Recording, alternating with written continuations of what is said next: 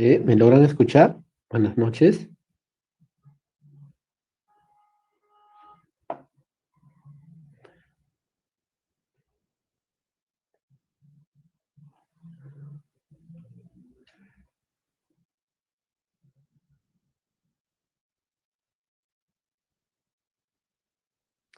Hola, buenas noches. ¿Me logran escuchar, por favor, si me confirman?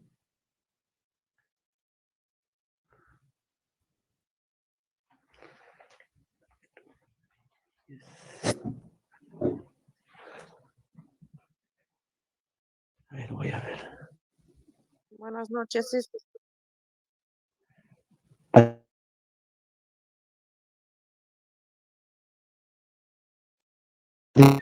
Janet, eh, ¿qué tal? Buenas noches, ¿cómo están? Bueno, vamos a esperar 5 minutitos para que sus compañeros se unan también, para poder iniciar la sesión del día de hoy. A ver, esperamos 5 minutos, por favor. Muy bien.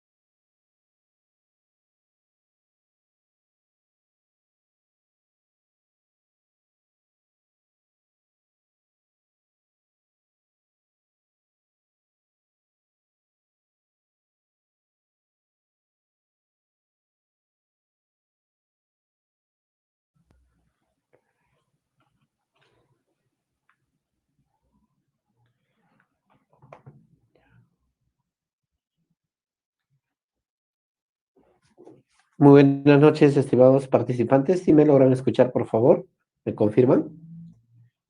Vamos a iniciar la sesión del día de hoy.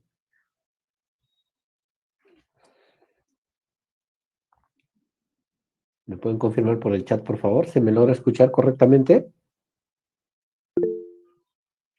A ver, vamos a ver.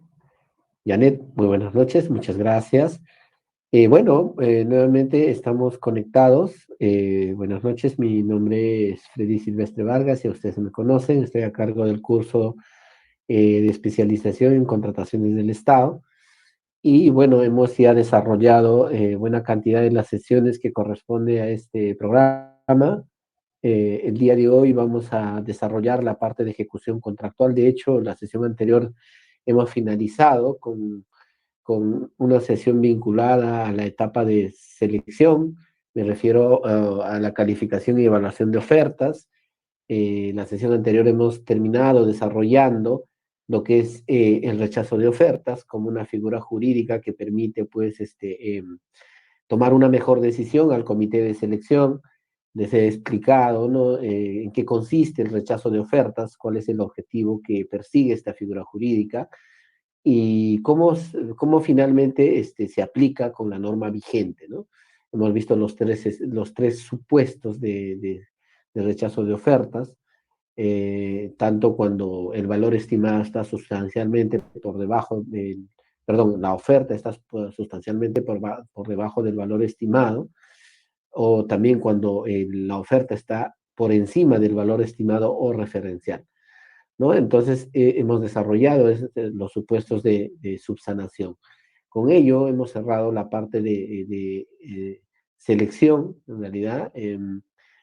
Finalmente, cerramos la parte de selección y hemos iniciado con el tema de ejecución contractual. En la sesión anterior hemos estado analizando y viendo el contrato, su administración, la definición que la norma de contrataciones da para lo que es el contrato original, contrato actualizado o vigente. Además de ello, hemos analizado el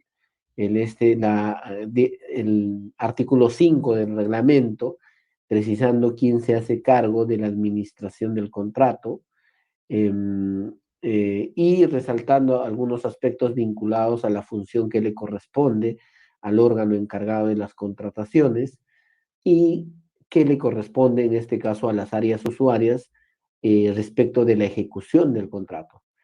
Recordar es importante, la administración del contrato propiamente dicho implica el trámite de perfeccionamiento, la aplicación de penalidades, procedimiento de pago, otras actividades de índole administrativo que obliguen a las partes, bueno, es lo que eventualmente señala la norma. eh, Estas actividades le corresponden al órgano encargado de las contrataciones, es decir, al área de abastecimiento, al área de logística, al área de compras, dependiendo de la entidad, la denominación, ¿no? Y esta dependencia es la que se hace cargo de la gestión administrativa del contrato que involucra estas actividades. Sin perjuicio de ello, hemos señalado y hemos precisado que el artículo 5 del reglamento precisa también que el área usuaria es quien finalmente supervisa la ejecución del contrato. Es responsabilidad del área usuaria supervisar la ejecución del contrato, si se está cumpliendo dentro de los plazos previstos, si el contratista está ejecutando la prestación con el personal propuesto y con el personal que ha ganado, si eventualmente se está cumpliendo todas las disposiciones o todas las condiciones que se han establecido, tanto en el requerimiento, que forman parte de las bases, que a la vez forman parte del contrato. Hemos analizado también el contenido del contrato, cómo está conformado el contrato. El contrato no solamente está conformado por el documento que lo contiene, es decir, por el documento como tal que se suscribe, ¿no? Por el mismo documento, sino además la norma señala, el artículo 136 señala, que el contrato está conformado por otros documentos, como los documentos del procedimiento de selección que contengan reglas definitivas, en este caso, las bases integradas. La oferta ganadora también forma parte del contenido del contrato, y los documentos que generan obligaciones a las partes. Que también compartí con ustedes una opinión del OCE en la que se hace un análisis respecto del pliego de absolución de consultas y observaciones. También el contrato contiene ciertas cláusulas obligatorias, ¿no? La cláusula de garantía definitivamente tiene que estar. Anticorrupción, creo que este tema incluso lo hemos profundizado en mayor detalle. Les puse un ejemplo que muchas veces suceden en las entidades. El ejemplo era vinculado al servicio de mensajería, ¿no? Y bueno, ¿cómo se aplica finalmente esta cláusula anticorrupción? La cláusula de solución de controversias también tiene que estar, formar parte del contrato. La cláusula de resolución de contrato, ¿no? La resolución de contrato por incumplimiento tiene que estar. Y en caso de obras, además de estas cláusulas, tiene que estar la cláusula de identificación y asignación de riesgos en la obra.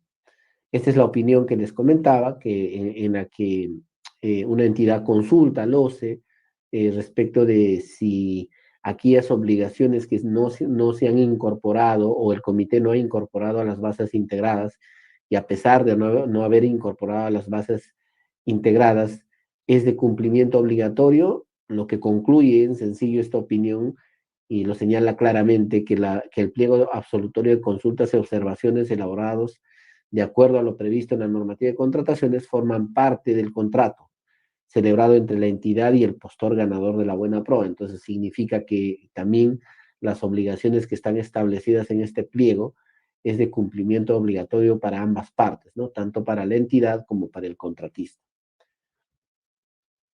Esto también lo hemos analizado, la cláusula anticorrupción, y de hecho lo hemos visto, creo que con una pregunta también. Es necesario que esté incluida esta cláusula anticorrupción, el reglamento así lo precisa. No obstante a ello, su no inclusión genera la nulidad del contrato. Y ya vamos a ver hoy día en qué consiste la nulidad del contrato, esta figura jurídica, y cómo se diferencia también de la resolución. Son dos cosas totalmente diferentes, ¿no? La nulidad del contrato se genera, por ejemplo, cuando la entidad no ha incluido dentro del contrato la cláusula anticorrupción. Asimismo, el incumplimiento de esta cláusula genera la resolución del contrato, sin previo requerimiento, ¿no? Sin comunicar ningún apercibimiento. Entonces, simplemente la entidad envía una carta notarial resolviendo el contrato. Bueno, esta era la pregunta que hemos analizado y creo que hemos quedado de que la alternativa correcta es la alternativa A, en mérito a lo que señala la norma de contrataciones. También hemos visto cómo se perfecciona el contrato. Son dos maneras de perfeccionar el contrato. Uno es a través de la suscripción del contrato, que en realidad lo podemos hacer en todos los objetos, en todos los tipos de procedimientos de selección, con excepción de acuerdo marco y comparación de precios, y también adjudicaciones simplificadas y subastas inversas, siempre que el monto del valor estimado no supere los 200.000 soles.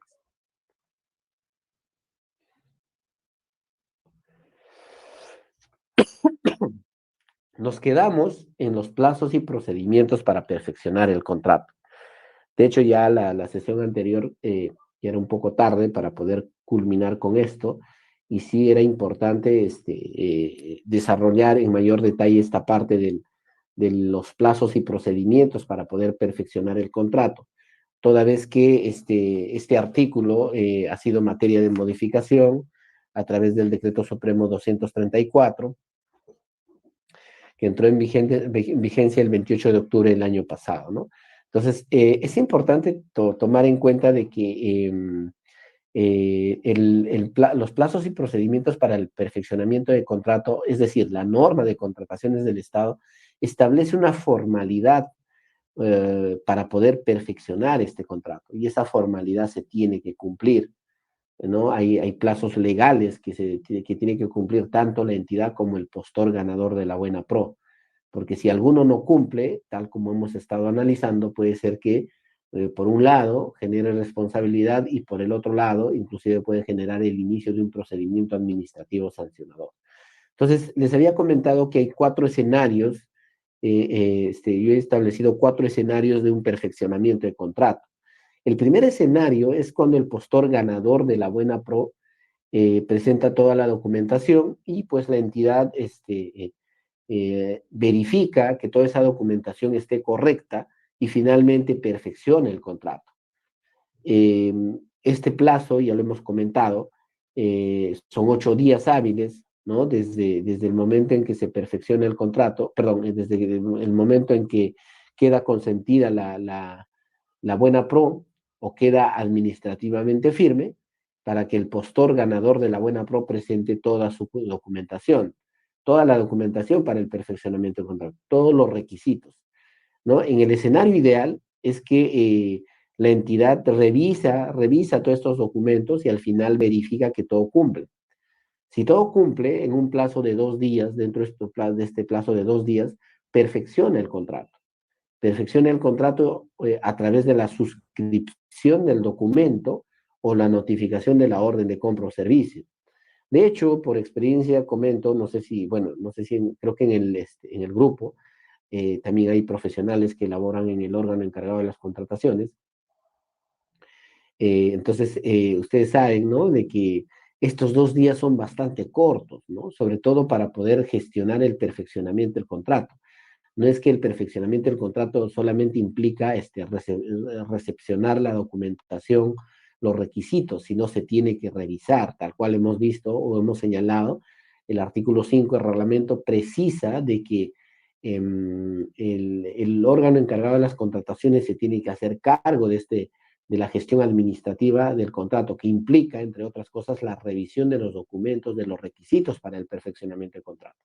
De hecho, si hablamos de objetos como caso de bienes o servicios, consultoría en general, es bastante sencillo revisar, ¿no? Revisar la documentación. Me refiero, no es tan complejo, no es que sea muy sencillo, no es tan complejo, por decirlo así, porque hay servicios bien particulares, ¿no? Por ejemplo, alguna vez me tocó revisar la documentación para el perfeccionamiento del contrato de un servicio de transporte de carga, servicio de transporte de carga. Entonces, en la etapa de revisión de la documentación, el especialista tenía que revisar todo, ¿no? Toda la información. Y dentro de este servicio, por ejemplo, se había solicitado, aparte de la garantía y todo lo demás, pólizas de seguro. Pólizas de seguro, sobre todo para el tema de deshonestidad, contra riesgos ¿no? De robo, ¿no? Y esta póliza de seguro obviamente tiene ciertas particularidades, que no siempre el especialista en contrataciones conoce ese tema en específico, ¿no? Por ejemplo, en caso de mi entidad nosotros tenemos un broker que brinda asistencia en el tema de seguros, ¿no? Entonces, para poder un tanto tener una validez, un respaldo de que este documento, esta póliza, cumple con todo lo que se ha requerido, muchas veces trasladamos a este broker para que nos dé pues un feedback, ¿no? Es decir, nos pueda revisar y nos pueda dar la certeza de que el documento está bien. O sea, acá en la revisión de los documentos para el perfeccionamiento del contrato también implica que el especialista, el funcionario, servidor público, tiene que actuar con diligencia, ¿no? No basta de que el documento se encuentre, uno tiene que revisar el contenido, ¿no? Vuelvo a tomar el ejemplo del consorcio, ¿no? El consorcio en la etapa de selección, si un postor se ha presentado en esta figura, solamente te adjunta una promesa de consorcio. Ya para el perfeccionamiento del contrato, si ese consorcio ha ganado la buena pro, pues tiene que formalizar esa promesa de consorcio a través de un contrato privado de consorcio, la misma que debe contener todos los elementos que se han detallado en la promesa de consorcio. Y obviamente esos elementos tienen que ser las mismas, ¿no? El porcentaje de participación, las obligaciones a las que se vinculan, quiénes son los integrantes del consorcio. Todos esos elementos tienen que estar en la promesa, en el contrato privado de consorcio. Aparte de que obviamente tienen que estar con firmas legalizadas. Es decir, estos 2 días, honestamente, no es que te te abastece, ¿no? La revisión la tienes que hacer rápida, es decir, cuando llega el expediente tenemos que revisarlo todo, ¿no? Entonces, en estos 2 días tienes que tomarte el tiempo para poder revisar correctamente y evitar cualquier situación, ¿no? Entonces, en el mejor escenario es, pues, que en estos 2 días logras revisar, proyectas la proforma del contrato, es decir, elaboras el proyecto de contrato. En mayoría de las entidades, al menos donde he podido tener experiencia, siempre los contratos pasan por ciertos filtros, al menos el proyecto de contrato, ¿no? Si bien abastecimiento o el órgano encargado de las contrataciones lo proyecta, el funcionario que tiene la competencia de suscribir ese contrato no necesariamente es abastecimiento, sino recae pues en el titular. Titular puede ser que lo haya delegado. En caso de mi entidad, por ejemplo, recae en la gerencia de administración. Y la gerencia de administración no lo va a firmar en tanto no pase por ¿no? Hay un especialista también en la gerencia de administración que revise este documento. O sea, se da la certeza de que el contrato pasa, o el proyecto de contrato pasa por varios filtros, ¿no? Entonces, todo ello tenemos que hacerlo en 2 días hábiles. 2 días hábiles. En algunas entidades, inclusive, el contrato es visado por otras dependencias, pasa por jurídica, ¿no? Para que dé el respaldo de que efectivamente esté bien elaborado el tema, ¿no? Entonces, estos 2 días, al menos, se tiene que gestionar todo, ¿no? Es más, coordinar con el postor ganador de la Buena Pro, si es que se va a suscribir de manera manuscrita, pues para que se apersone a la entidad y se pueda suscribir el documento y tener una copia para ellos y una copia para nosotros. Es decir, toda esa gestión le corresponde al órgano encargado de las contrataciones. Eso si se trata de bienes, servicios y consultoría en general, porque en el caso de obras, también el plazo es lo mismo, 2 días hábiles. En el caso de obras y consultoría de obras, en esta etapa revisamos la documentación vinculada a la capacidad técnica y profesional, es decir, el requisito de calificación, capacidad técnica profesional, lo vamos a revisar en esta parte. Es decir, la acreditación de la formación académica del personal clave, la acreditación del equipamiento estratégico, en caso de obras, muchas veces se solicita equipamiento estratégico. En realidad, en todas las obras se requiere equipamiento estratégico. Entonces, esa información se revisa en esta etapa. También es muy cierto, no sé si a ustedes les ha pasado, abastecimiento, el órgano encargado de las contrataciones, solicita siempre el apoyo del área de obras, ¿no? Claro, esto no lo dice el reglamento, no lo señala el reglamento. Es más, el artículo 5 le da la responsabilidad finalmente al órgano encargado de las contrataciones.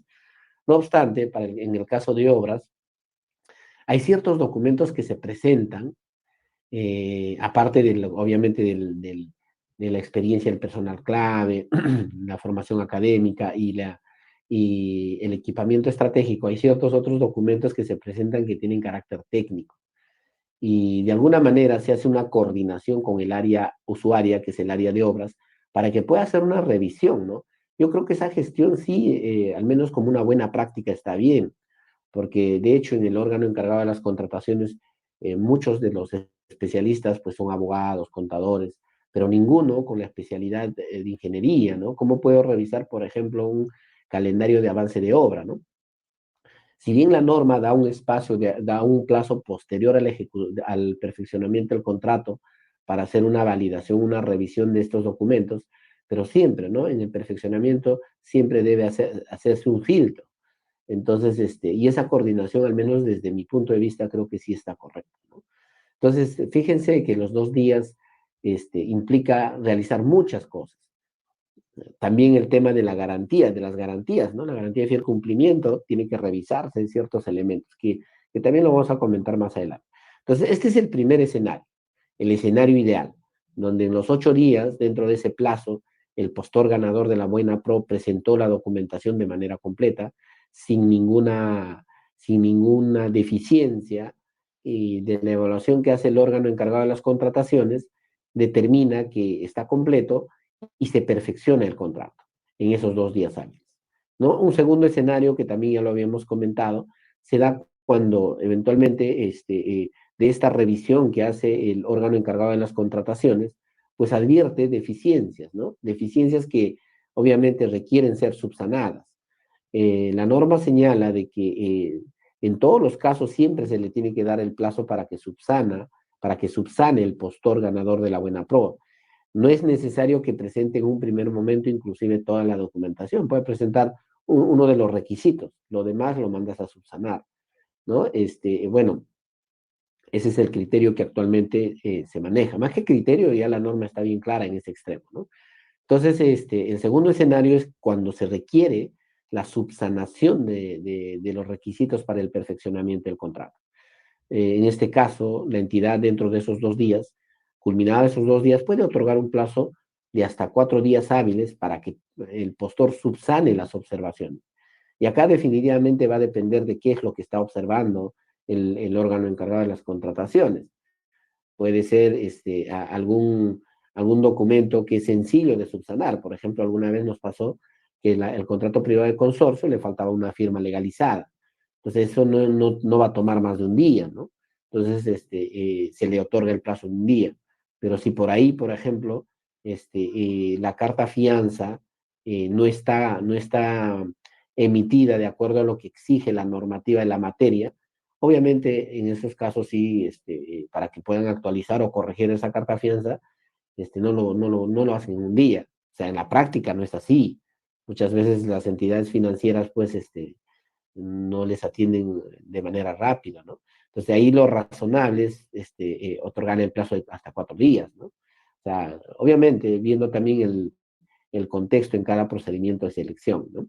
Entonces, creo que en la sesión pasada también les comentaba, ¿no? Por ejemplo, la semana pasada me estuvieron preguntando un compañero, un colega, también que estaba viendo una carta fianza, y lo que me preguntaba era lo siguiente, ¿no? Que la carta fianza no había indicado claramente la denominación de la institución. Entonces, esta carta fianza necesariamente tiene que cumplir con el principio de literalidad, es decir, que toda la información que contiene esa fianza tiene que estar tal cual, tal cual corresponde, en este caso, al procedimiento de selección. La denominación de la entidad debe estar completa. Es decir, todo el contenido tiene que sujetarse al principio de literalidad, inclusive la denominación de la contratación. Todos esos aspectos tienen que estar claramente establecidos en la garantía de fiel cumplimiento, porque si no puede generar problemas al momento de su ejecución. Entonces, el plazo que se le da es hasta 4 días. Luego que el postor subsana esas observaciones, tenemos otros 2 días para poder perfeccionar el contrato, ya sea a través de la suscripción del mismo documento, es decir, del contrato en sí, o de la notificación de la orden de compra o la orden de servicio. Un tercer escenario, un tercer escenario que también algo hemos comentado de esto, es cuando la entidad finalmente no suscribe el contrato dentro del plazo legal establecido. De hecho, la norma, tal cual lo hemos visto, eh, señala que el postor ganador de la buena pro, luego del registro del consentimiento en el SEACE, a partir del día siguiente de ese registro, tiene 8 días hábiles para que presente la documentación. Si este postor ganador de la buena pro ha presentado toda la documentación, pues tal como hemos señalado, tiene la entidad 2 días hábiles para que pueda o bien perfeccionar el contrato si todo está correcto, o bien observar la documentación. Si no hace ni uno ni el otro en ese plazo, pues, y sigue pasando los días, este postor que ganó la buena pro puede requerir a la entidad la suscripción del contrato, el perfeccionamiento del contrato. Para ello, la norma señala que en caso que la entidad se está demorando y no dice nada, pues puede solicitar a la entidad, puede requerir a la entidad la suscripción de ese contrato otorgándole un plazo de 5 días hábiles, un plazo en la que eventualmente la entidad estaría obligada a perfeccionar el contrato. Si la entidad no suscribe en ese plazo, la norma de contratación es el artículo 41 del reglamento, le da la opción perdón, le da la opción al postor ganador de la buena pro de poder dejar sin efecto la buena pro. ¿Ya? Con esto estaría dejando de estar obligado a perfeccionar el contrato. Recuerden que cuando vimos la parte de evaluación y calificación y la parte de presentación de ofertas, el postor al momento de presentar ofertas presenta una declaración jurada donde declara bajo juramento si gana el procedimiento de selección, este postor tiene que mantener su oferta hasta el perfeccionamiento del contrato. Es más, luego del consentimiento de la buena pro, nace la obligación, tanto para la entidad como para el postor ganador de la buena pro, de perfeccionar el contrato. Es decir, está obligado. Si no llega a perfeccionar el contrato, tal como hemos visto la sesión anterior, pierde la buena pro y eso también le genera el inicio de un procedimiento administrativo sancionador. El inicio de un procedimiento administrativo sancionador. Entonces, si en este tercer escenario la entidad no suscribe el contrato y este postor deja sin efecto esa buena pro, con ello está dejando de estar obligado a perfeccionar el contrato. Así la entidad vuelva a llamar o vuelva a requerir, ya no está obligado a perfeccionar el contrato, porque el postor ganador de la buena pro ha requerido suscribir o perfeccionar el contrato en esos 5 días hábiles y la entidad no lo ha hecho, pues ha dejado sin efecto la buena pro. Este dejar sin efecto la buena pro lo tiene que materializar. No es solamente esperar el transcurso del tiempo, sino que pues tendrá que presentar un documento precisando eso, ¿no? Dejando sin efecto la buena pro. Aunque, bueno, de mi experiencia lo comento, o sea, es un poco difícil que un postor que ha ganado la buena pro deje sin efecto esa buena pro, porque sabemos de que para poder conseguir una buena pro en un procedimiento de selección es bastante complicado porque es de carácter competitivo, ¿no? Entonces, muchos postores lo que hacen es esperar. Ese esperar tiene ventajas y desventajas, ¿no? Imagínate si yo espero una semana, 2 semanas, puede ser razonable, ¿no? Finalmente, luego de 2 semanas, si la entidad me llama y perfecciono, no hay ningún problema. Desde el momento en que perfecciono, recién corre mis plazos y se acabó el tema, ¿no? Pero ¿qué pasa si pasa un cierto tiempo y la entidad, pasados 6 meses, te vuelve a llamar? Si no has dejado sin efecto esa buena pro, quien reactiva los plazos, ¿no? Cualquiera de los dos podría reactivar los plazos y finalmente la otra parte está en obligación de perfeccionar el contrato. Está en obligación de perfeccionar el contrato. Entonces, es importante por ello que aquellos que son del lado privado, quizás están viendo el tema de perfeccionamiento de contrato, si sucede ello, hay que sujetarnos al procedimiento, ¿no? Entonces, quizás lo ventajoso para el postor va a ser dejarlo sin efecto la buena pro, ¿no? Porque pasados 5 o 6 meses quizás los costos inclusive han variado, ¿no? Quizás ya no le conviene. Entonces son aspectos que se tienen que evaluar en cada caso en concreto. Entonces este tercer escenario es cuando la entidad no quiere suscribir el contrato. Entonces ahí la norma le da la opción al postor ganador de la buena pro para que pueda exigir o requerir, en este caso, a la entidad y perfeccionar el contrato. Hay un cuarto escenario cuando no se perfecciona el contrato por causas del postor ganador. Y esto definitivamente genera el inicio de un procedimiento administrativo sancionado para ese postor, ¿no? Eh, y acá hay varios escenarios que sí es importante explicarlo porque de hecho este procedimiento como tal recién se ha implementado el año pasado, en octubre, con la modificación que se hizo al reglamento, Decreto Supremo 234. Entonces, al menos en este tiempo que ya se viene utilizando este procedimiento, ya tuve 2 contrataciones que han pasado por este procedimiento. Uno de ellos, inclusive, llegamos hasta agotar hasta el cuarto lugar, ¿no?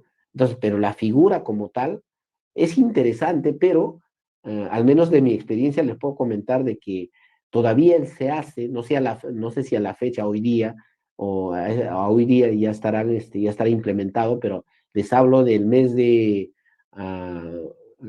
abril, junio de este año, cuando aplicamos esta figura, todavía la funcionalidad del SEACE no estaba implementada para poder trabajar correctamente esta parte del reglamento, ¿no? Entonces, lo que se hizo en su momento es coordinar con la plataforma, con SEACE, para que pueda, pues, apoyarnos, sobre todo, con la habilitación en el sistema. Y ya les voy a explicar en cada uno de los pasos, a qué me refiero con este registro en el SEACE. Entonces, el cuarto escenario es eso,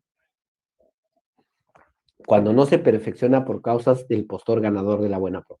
Y vamos a empezar haciendo el ejemplo con el caso de la adquisición de un bien. En caso de bienes, lo hemos mencionado de que de acuerdo al reglamento, para pasar a la buena pro, calificamos a dos, ¿cierto? Un primero y un segundo.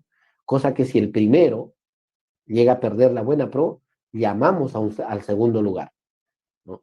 Eso aplicamos en caso de bienes, servicios en general, y en caso de obras, calificamos hasta 4, ¿no? Siempre que nos dé, pues, obviamente, la cantidad de postores que se han presentado. O sea, en el escenario de que sí hay suficientes ofertas presentadas, nos aseguramos de pasar a la buena pro con 4 postores calificados. Así lo establece actualmente la norma. Entonces, vamos a hacer el ejemplo con bienes. Hemos pasado con dos postores a la buena pro. El primero, obviamente, se ha otorgado la buena pro y hay un segundo calificado. Ese segundo calificado justamente sirve, o siempre la norma ha exigido tener un segundo, porque puede darse ya en esta etapa de perfeccionamiento del contrato que este postor no llegue a perfeccionar el contrato o pierde la buena pro, ¿no? Y en ese contexto, en ese escenario, la norma prevé para que la entidad no se quede un tanto al aire, por decirlo así, o sea, no se quede, pues, sin ninguna opción, da en este caso la opción de que un segundo esté ya calificado, ¿ya? Entonces, el postor ganador de la buena pro, si llega a perder su buena pro, por X razones, eso genera de que se tenga que llamar a un segundo lugar. ¿Cuándo pierde la buena pro? Hay varios escenarios en realidad, ¿ya? Hay varios escenarios en realidad. El primer escenario sería si no presenta la documentación dentro de los 8 días, ¿no? Si no presenta la documentación dentro de los 8 días, pierde automáticamente la buena pro. Ese es un primer escenario. Un segundo escenario es, ha presentado la documentación en los 8 días, pero la entidad lo ha observado, ¿no? Observó los requisitos para que subsane, y no subsanó. En el plazo no subsanó, segundo escenario. También puede darse de que el postor subsanó, pero la entidad revisó y para la entidad no ha subsanado. También esa situación puede generar una pérdida de la buena pro. Entonces, cuando pierde el postor ganador la buena pro, esto obviamente tiene que esperar un consentimiento. Si no presenta la documentación, si no subsana correctamente o si no ha subsanado, pierde automáticamente la buena pro. Pero ese acto de otorgar la pérdida de la buena pro es un acto que se tiene que consentir. ¿A qué me refiero? Tiene que pasar el plazo legal de consentimiento, plazo en la que este postor que se le está dando como pérdida de la buena pro puede ejercer el derecho de cuestionar esa decisión de la entidad. Y se ha dado muchas veces, ¿ah? El tribunal siempre, al tribunal en algunas ocasiones han subido recursos de apelación sobre este tema, ¿no? Les pongo un ejemplo. Quizás la entidad le ha observado, por ejemplo, algún requisito para que subsane el postor y el postor ha presentado su subsanación dentro del plazo, pero la entidad de la revisión que ha hecho considera de que pues no ha subsanado, ¿no? Pero el postor sí considera que lo ha subsanado. Fíjense, ya se está generando una controversia. Entonces la entidad, si le va a dar la pérdida de la buena pro, esa pérdida tiene que consentir, ¿no? Porque en ese plazo legal de consentimiento, el postor que considera que sí ha subsanado correctamente puede presentar un recurso de apelación, ¿no? Y si presenta un recurso de apelación, el procedimiento de selección se suspende hasta que el tribunal de contrataciones o el titular de la entidad, dependiendo quién está viendo el recurso de apelación, emita la resolución resolviendo ese recurso de apelación, ¿no? Por eso es que pierde la buena pro y la norma señala, ¿no? Transcurrido el consentimiento de la buena pro, luego de haberse consentido esa pérdida de la buena pro, tiene 2 días el órgano encargado de las contrataciones para requerir al segundo lugar el perfeccionamiento del contrato. Es decir, le va a llamar al segundo lugar para iniciar a perfeccionar el contrato. Siempre que ya esté consentida la buena pro. ¿Se dan cuenta? Entonces hay un plazo legal que tenemos que esperar. Entonces, acá hay un tema operativo, por ejemplo, ¿no? Esta parte del reglamento se ha modificado. Es más, si hablamos de un tema operativo, si ustedes revisan la directiva 03-2020-OCE/CD, que regula el registro de información en el SEACE, la parte de la pérdida de la buena pro de esa directiva también se ha modificado. Antes expresamente señalaba que tanto la pérdida como la buena pro al segundo se registraba, si bien eran actos diferentes, se registraban en una misma fecha, en un mismo día. Ahora esa parte de la directiva no está precisada de esa manera, ¿no? Entonces lo que muchos hacemos ya en la operatividad es registrar la pérdida, esperar su consentimiento y recién registrar la buena pro al segundo, ¿no? Una vez registrado al segundo, ahí recién llamamos para que perfeccione el contrato, operativamente hablando. Porque en alguna parte tiene que figurar este segundo como ganador de la buena pro. Y eso obviamente tiene que estar reflejado en el SEAS. ¿Se dan cuenta? Entonces, una vez que ya está registrado, se llama a este segundo y nuevamente reinicia el plazo legal, ¿no? Como ya está registrado en el SEACE y ya comunicamos en estos 2 días que presente, ¿no? Inicia el plazo legal de los 8 días, ¿ya? 8 días. 8 días para que presente la documentación para el perfeccionamiento del contrato.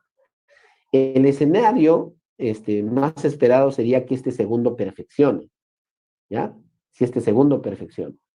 Entonces, muchas veces no tenemos un segundo, no hay un segundo lugar, ha habido un solo postor que ha presentado ofertas. En ese caso, automáticamente se declara desierto. Se declara desierto. Y obviamente tendrás que volver a gestionar, no sé, una segunda convocatoria, dependiendo, ¿no? Si es una licitación, concurso, derivaremos a una simplificada. Si es una simplificada, continuaremos con una segunda convocatoria. Es decir, va a depender del tipo de procedimiento de selección. Ahora, ¿qué pasa si hay un segundo lugar? Si este segundo lugar no llega a perfeccionar el contrato y también pierde la buena pro, porque puede suceder lo mismo que para el primer lugar, perdió la buena pro, puede ser que este segundo también no presente la documentación, o sea, no cumpla con algún requisito, ¿ya? Y llega a perder la buena pro.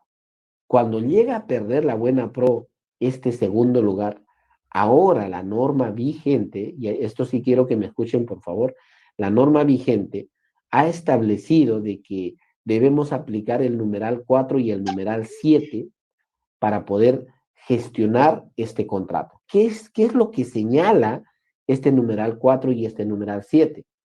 En realidad nos da un procedimiento donde tenemos que devolver el expediente de contratación al órgano encargado, al órgano a cargo del procedimiento, me refiero al comité de selección, para que el comité de selección vuelva a calificar a 2 postores, en el caso de bienes y servicios en general, ¿ya? Porque en el caso de obras ya tenemos 4 calificados, simplemente sería llamar.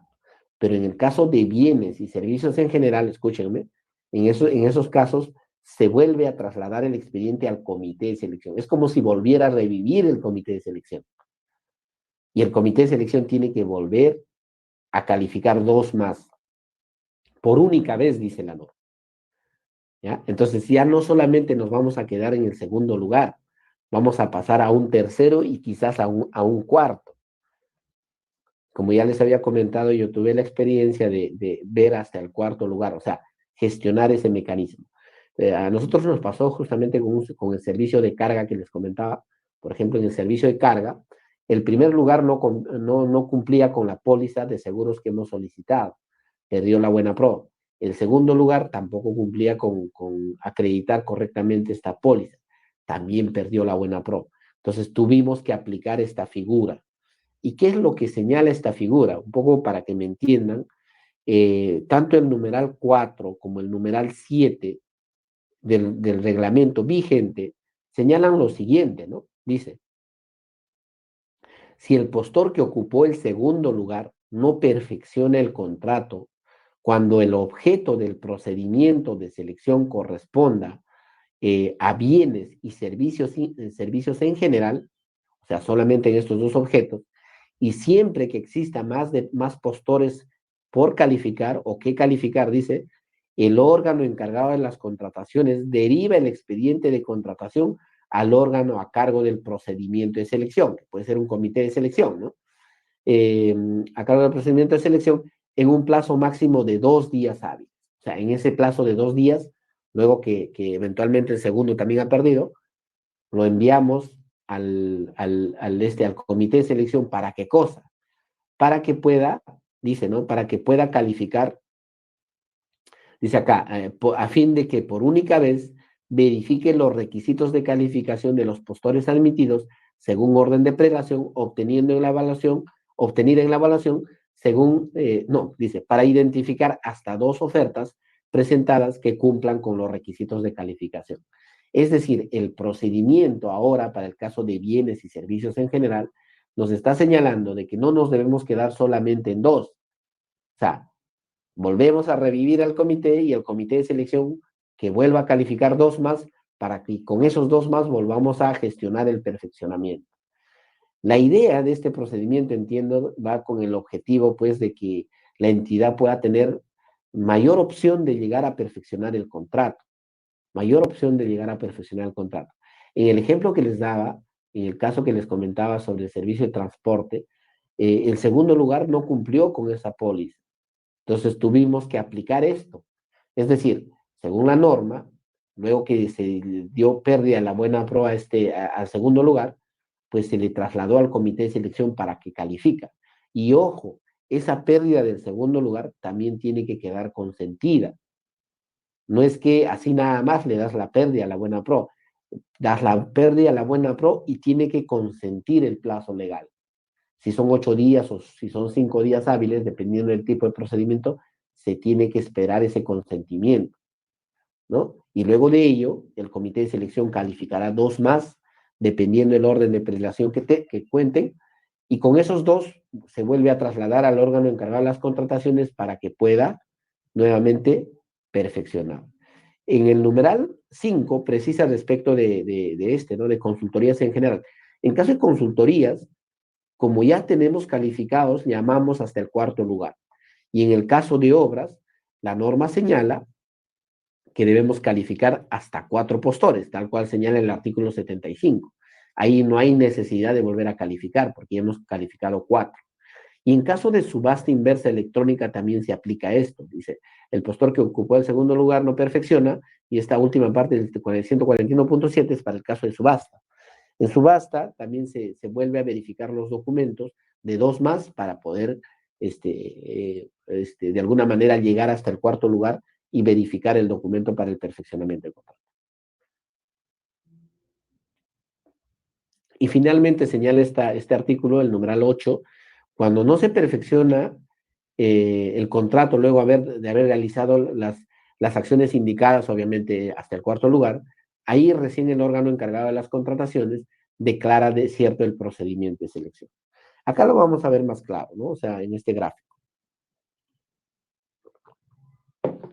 Es decir, en caso de bienes, servicios en general y subasta inversa electrónica, si el segundo lugar no llega a perfeccionar el contrato, pues el órgano encargado de las contrataciones dentro de los 2 días hábiles devuelve el expediente de contratación al comité de selección.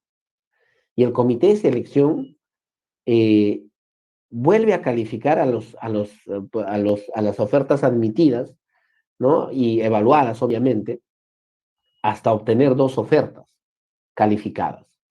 Con estas 2 ofertas calificadas, vuelve a remitir al OEC para que inicie el procedimiento de perfeccionamiento de contrato. ¿Ya? Si se perfecciona con el tercero, perfecto, ¿no? Ya no habría ningún inconveniente. Si no se perfecciona con el tercero, podemos llamar al cuarto. Si ya el cuarto no llega a perfeccionar el contrato, ahí recién declaramos desierto el procedimiento de selección. Es decir, de acuerdo a lo que señala, describe el artículo 141 del reglamento, en caso de bienes, servicios en general y en caso de subasta inversa, hay la posibilidad de llegar hasta el cuarto lugar. Lo mismo sucede en el caso de obras, consultoría de obras, y claro, consultorías y obras también lo mismo sucede. Si no, lo particular en caso de consultorías ya tenemos todos evaluados y todos calificados con puntajes totales. O sea, ahí no hay necesidad de volver a calificar.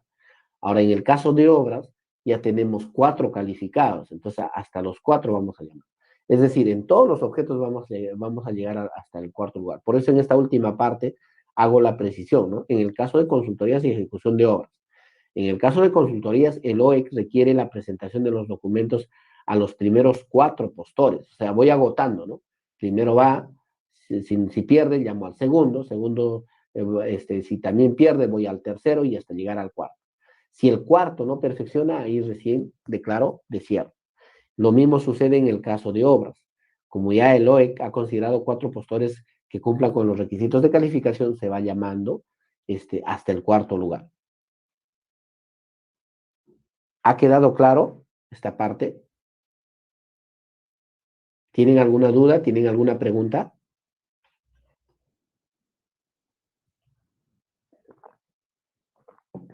¿Está claro? Si me confirman, por favor, yo sé que es sábado, creo que todos los sábados siempre, bueno, Janet me respondió hace casi 50 minutos. ¿Alguien, por favor, está claro lo que les he explicado? Ojo que esta parte del reglamento ha cambiado, ¿no? O sea, no es que siempre se llegaba hasta el cuarto lugar, solamente llegamos hasta el segundo. Doctor, buenas noches. Sí, ¿qué tal? ¿Cómo estás? Buenas noches. Añadiendo lo que usted dice, para mí me ha quedado claro. eh, hoy se sabe de que todas las entidades del país se está, pues, a través de la Contraloría impulsando el control interno a través Ujú, de la implementación del sistema de control. Y ujú, ahí está exigiendo 2 puntos, creo yo, importantísimos para la contratación del Estado. ujú, Señor, la verificación antes de la contratación, ¿no? De todo procedimiento de selección, sea de menos de 8 IT o más de 8 IT. Y en un segundo punto, está pidiendo la fiscalización posterior respecto al ganador de la buena prueba. Una ujú, fiscalización muchas veces tiene su tiempo. ujú, Su tiempo, haces el contrato, empieza el servicio, empieza la obra, ujú. y te encuentras de repente evidencias que no existe información pues falsa, ¿no? Ya. El ingeniero de repente dijo que su experiencia era tal tiempo, sin embargo la obra duró menos tiempo.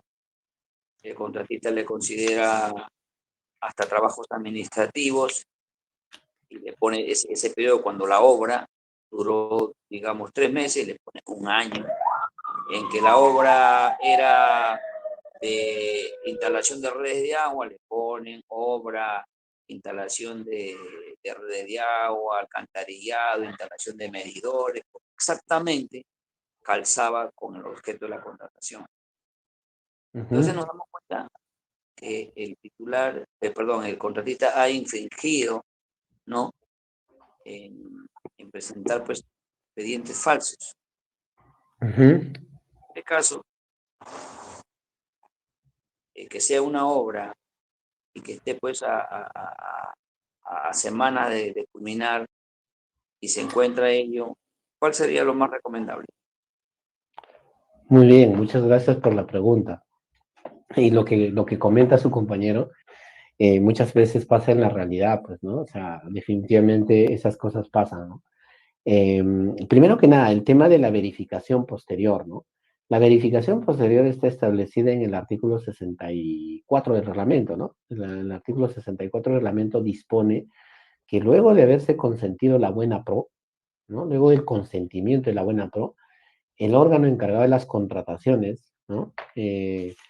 O la dependencia a la que se designa, dice, tiene que verificar o hacer la verificación de la documentación del postor ganador de la buena pro. Esa es una obligación legal, de hecho, es una obligación legal.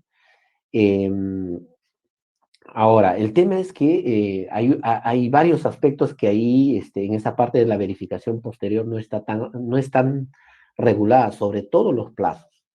Lo que sí te dice es que debes iniciar la verificación posterior, ¿no? Si, por ejemplo, se consintió el día viernes, o pongamos un procedimiento de selección, hemos registrado el consentimiento, ¿no? Se entiende que a partir del día lunes ya el órgano encargado de las contrataciones o la dependencia al que se le haya designado, porque es lo que dice, ¿no? Te dice la entidad, dice, ¿no? La buena pro, luego el 64.6 te dice, ¿no? El órgano encargado de las contrataciones o el órgano de la entidad al que se le haya asignado la función de realizar la verificación de la oferta presentada al postor ganador en la buena pro, hace la verificación posterior, ¿no? Entonces, consciente, se registra el consentimiento, por ejemplo, el viernes hemos registrado el consentimiento, se entiende que a partir del lunes debería de gestionarse la verificación posterior. O sea, por un tema de diligencia debería de iniciar. Pero ya en la práctica también hay que ver, pues, que muchas veces a realizar la verificación posterior no es que en un día lo haces todo, ¿ah?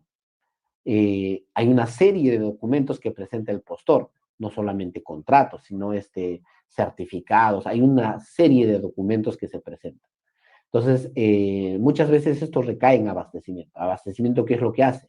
Pues empezar a cursar los documentos preguntando si esto es cierto o no. Por ejemplo, si encuentro un contrato suscrito entre una caja municipal y, no sé, un gobierno regional, tiene que preguntar, pues, de que si efectivamente ese contrato se ha suscrito, ¿no? Envían el documento, ¿no? Sobre todo los oficios, ¿no? Van enviando, van haciendo verificación posterior. Eso no toma un día. O sea, lo ideal es que envías y te responden, si fuera un solo documento, ¿no? Entonces, el OEC se toma un tiempo para que pueda hacer esta verificación. Por eso es que eventualmente yo considero de que, y eso es mi punto de vista, seguramente el legislador lo que vio es eso, ¿no? Entonces, la verificación posterior implica el inicio, ¿ya? El inicio, o sea, la obligación es que haga la verificación posterior. O sea, como todo funcionario diligente la debería de hacer, pues, no sé, a 2, 3 días de lo que ha consentido. Y también va a depender de la cantidad de documentos que tiene la oferta. No es solamente unos 3, 5 documentos. Muchas veces una oferta pues consta de 1000 folios, 1500 folios, ¿no? Claro, revisando todo, ¿no? Entonces, eso implica la verificación posterior. En el escenario ideal, yo creo que esa verificación, una vez iniciada, debería determinarse, pues, inclusive antes del perfeccionamiento del contrato. Sería lo ideal, ¿no? Para ver si efectivamente este postor o bien ha presentado documentación falsa o también documentación inexacta, ¿no? Y eso de alguna manera nos permitiera, pues, tomar una mejor decisión, quizás dejar de lado esa oferta y continuar. Muchas veces no se da esa situación, ¿no?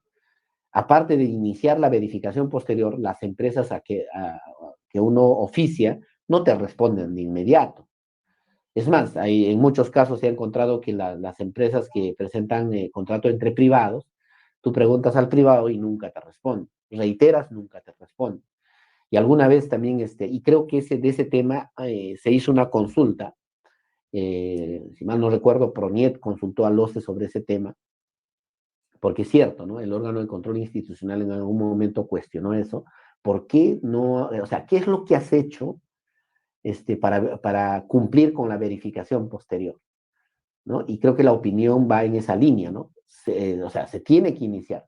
Ahora, por un tema de diligencia, ¿podrías reiterar? Yo creo que sí, podrías reiterar, pero no hay un plazo legal de cuándo debes terminar la verificación posterior. Entonces, muchas veces esta verificación posterior, recién obtenemos respuesta pasados, pues, luego de haber perfeccionado el contrato, luego que ya la prestación, como el caso de su compañero está explicando, luego que la obra está, pues, al 90% de ejecución, al 90% de ejecución. Entonces, ¿qué hacer en ese contexto? ¿Ya? ¿Qué hacer en ese contexto? Bueno, en realidad la presentación de documentación falsa o información inexacta es una infracción sancionada por la norma de contrataciones. Es más, está tipificada como una infracción sancionable, ¿no? Tanto en el literal I como en el literal J del artículo 50 de la ley, 50.2, si mal no recuerdo. Entonces, el tema es que hay dos cosas que tiene que hacer la entidad ahí. Por ejemplo, si verifican que efectivamente el postor, porque ahí, más allá de que su personal clave, por ejemplo, como el caso que comenta su compañero, hay ingenieros que efectivamente quizás no, por un tema ¿no? De quizás formar parte del personal clave del postor, han adjuntado información inexacta o información falsa, finalmente la responsabilidad cae en el postor, no necesariamente en su personal o propuesto, ¿no? Bueno, eso ya hay bastante jurisprudencia del Tribunal de Contrataciones del Estado, ¿no? Finalmente el responsable es quien presenta a la administración la documentación. Es lo que ha pasado con Telefónica. No sé si lo han revisado la resolución de sanción, tanto en primera instancia como en la reconsideración. Se vuelve a analizar un poco para que me entiendan. Era un servicio que habían solicitado y en ese servicio se ha solicitado un personal clave, un ingeniero, ¿no? Entonces, ¿cuál es el tema? Que el ingeniero, bueno, la empresa, esto es público, ¿ah? Por eso lo comento, lo pueden sacar de la página del OCE la resolución, ¿no? Entonces, Telefónica presenta la oferta y dentro de la oferta presenta pues a este profesional, a este técnico, como personal clave. El problema es su título, ¿no? Parece que su título no es un título real. Supuestamente a este profesional, para que sea ingeniero, había estudiado, por ejemplo, en la Universidad del Callao, si mal no recuerdo. Se le pregunta a la Universidad del Callao si efectivamente había emitido ese título y la universidad dice no. Nunca ha estudiado, no lo conocemos, no hay ningún registro de que él haya sido parte de la universidad. Y entonces, y bueno, quien de alguna manera ha mentido después o ha presentado documentación o su documentación que ha presentado de manera falsa es el personal clave. Pero finalmente quien ha presentado a la administración, en este caso al procedimiento de selección, ha sido Telefónica. Y la sanción le cae a Telefónica. ¿Ah? Y han sancionado con 36 meses de inhabilitación. ¿Ya? Entonces, en una verificación posterior puede suceder eso. Ya cuando estás, en el caso de los contratos, si ya estás a un 80%, un 90% de ejecución del contrato, pues en esos casos, si bien la nulidad, bueno, si nosotros revisamos el artículo 44 de la Ley de Contrataciones del Estado, el contrato se declara nulo en ciertos supuestos ya establecidos en la norma. Uno de los supuestos es cuando se contraviene el principio de presunción de veracidad durante la etapa de selección o en el perfeccionamiento del contrato. Si en este caso el postor, ejecutor de obra, en la etapa de selección o para el perfeccionamiento ha presentado algún documento falso o inexacto, eso obviamente quebranta el principio de presunción de veracidad. Y el contrato en primer momento podría declararse la nulidad como tal, porque estaría enmarcado en este supuesto que establece el artículo 44 de la ley. Ahora, la nulidad del contrato es una facultad, es una potestad finalmente del titular de la entidad. No necesariamente puede decidirse declarar la nulidad como tal. Puede eventualmente la entidad evaluar el costo-beneficio y quizás mantener el contrato porque ya no va a ser conveniente para la entidad declarar nulo, porque declarar nulo va a implicar, entre otras cosas, significa que el contrato nunca existió, nació viciado, por tanto, todas las obligaciones posteriores al servicio son inexistentes, ¿no? Entonces, eso va a generar, obviamente, que no se culmine con la ejecución de la obra, ¿ya? No se culmine con la ejecución de la obra. Entonces, ahí, obviamente, hay un tema de costo-beneficio. Ahora, alguien tiene el micrófono abierto. ¿Quiere participar? Doctor, Sí. claro, su explicación ha sido excelente. Efectivamente, creo que entendiendo su conclusión, debe de primar la finalidad pública, porque efectivamente, si anular el contrato a esa instancia prácticamente va a generar que no se cumpla la, la razón de ser, que es la finalidad pública, ¿no? Por aspectos administrativamente de documentos falsos o irregulares, ¿no? Porque se generaría todo un problema, ¿no? O sea, Exacto. lo empeoramos en vez de darle una solución. No, ya es Bueno, criterio de la entidad, creo yo. Pero el control gubernamental a veces no se deja entender en ese aspecto, porque aplica las sanciones nada más, ¿no? Entonces, claro. por ahí hay un cuestionamiento. Sí, definitivamente. Pero ojo, hay que tener en cuenta algo, ¿no? Si bien esa parte de la norma efectivamente señala que la nulidad es una potestad, no es una obligación.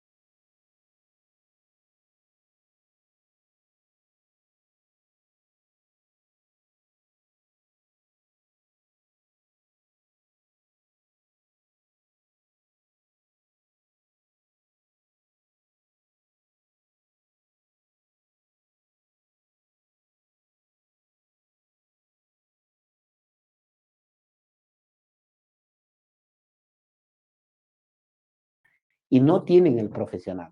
Y aprovechan de una obra que está en ejecución y le dan un certificado como estructuralista. Es una mala práctica. Es una mala práctica. Y eso sucede mucho, bastante en nuestro país, ¿no? Entonces, el tema ahí es que esa información, por ejemplo, si bien es cierto, seguramente si se hace una verificación posterior se va a advertir de que el documento ha sido emitido, la persona lo ha firmado, pero es un documento que contiene información inexacta, ¿cierto? Es una información inexacta. Y también la información inexacta quebranta el principio de presunción de veracidad. ¿No? Si bien probablemente el órgano emisor, que en este caso es la empresa, va a decir, sí, yo lo he emitido, es mi firma, es todo, pero el contenido de la información no concuerda con la realidad. A ese tipo de situaciones el Tribunal de Contrataciones lo ha definido como información inexacta, que a pesar de haber emitido el órgano emisor, a pesar que ha aceptado, la información que contiene no concuerda con la realidad. Es información inexacta. Entonces, en ese escenario, nuevamente, se quebranta el principio de presunción de veracidad y la entidad tendría que evaluar la opción de declarar la nulidad del contrato. Ahora, sí es importante que la entidad comunique al tribunal el inicio del procedimiento administrativo sancionador. Creo que el tema de documentación falsa e información inexacta es uno de las infracciones que más cometen los proveedores. Que más cometen, ¿no? Entonces, y además la norma ahí sí señala de que si es que se acredita que efectivamente el postor, el contratista ha incurrido en esa infracción, mínimo la sanción es de 36 meses, es decir, 3 años, hasta 60 meses, 5 años. Y si es recurrente, inclusive puede generar una inhabilitación permanente, ¿no? Entonces, es un tema que definitivamente, en el caso que comenta su compañero, se tiene que evaluar, ¿no? Y en cada caso en concreto, ¿no? Puede darse de que inclusive ya estás al 98%, ya no sería tan ventajoso como bien menciona su compañero, ¿no? En beneficio sobre todo de que una contratación siempre busca satisfacer un interés público, ¿no? ¿Qué hago declarando nulo cuando está al 98% de ejecución? Ese 2%, ¿cómo lo culmino? O el 10% que falta, ¿cómo lo culmino? Si bien actualmente la norma nos ha establecido una figura jurídica que está establecida en el artículo 167 del reglamento, que también lo vamos a ver, que se denomina saldos pendientes de ejecutar producto de una resolución o producto de una nulidad de contrato. Esa figura nos da la opción de poder contratar ese saldo pendiente con los postores que han quedado en orden de prelación. Si bien es cierto, tenemos esa figura, pero no es tan cierto de que sea rápido. ¿Ah? Yo ya lo he aplicado algo de 3, 4 veces. En realidad implica varias cosas. Y no es que al toque ya tienes mañana el contrato y continúas, no. Hay una serie de pasos que uno tiene que desarrollar y te puede tomar entre un mes, mes y medio, recién para que puedas volver a retomar el contrato. Y en el caso de obras es mucho más complejo, porque si aplicas esa figura jurídica, por ejemplo, que está en el artículo 167, lo primero que tienes que hacer es dimensionar el saldo pendiente de ejecutar. Y en obra tienes que hacer un expediente técnico del saldo de obra. Y eso no lo vas a hacer pues en una semana. Es decir, hay plazos que uno tiene que evaluar. Entonces, no sé si tienen alguna consulta adicional.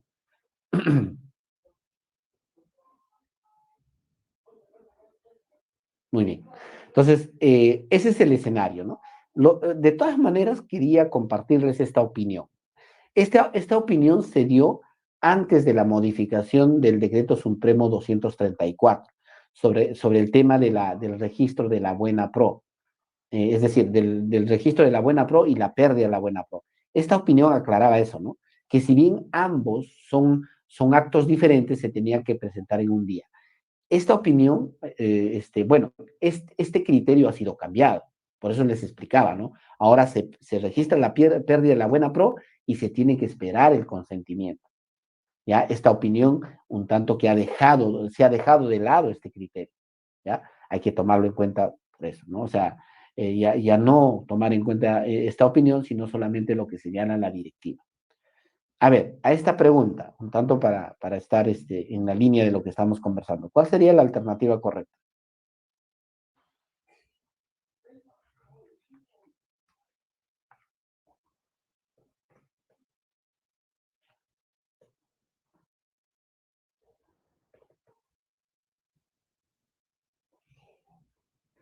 Allá, me están comentando sobre el receso. Si nos hemos pasado por el tema de la pregunta. Entonces, bueno, vamos a tomar el receso. Mire, es 8 y 18. Y siempre nos tomamos 20 minutos, ¿no? Entonces, por favor, vamos a tomarnos 20 minutos para poder, se me pasó de verdad porque hemos estado con la pregunta. Entonces, discúlpenme, vamos a tomarnos 20 minutos. Volvemos en todo caso a las 8:38, 18, 28, claro, 8:38, ya respondiendo esta pregunta, ¿ya? Para poder continuar con la sesión. ¿Están de acuerdo? Sí, sí, Ya, sí. muy bien. Entonces volvemos en 20 minutos. Gracias.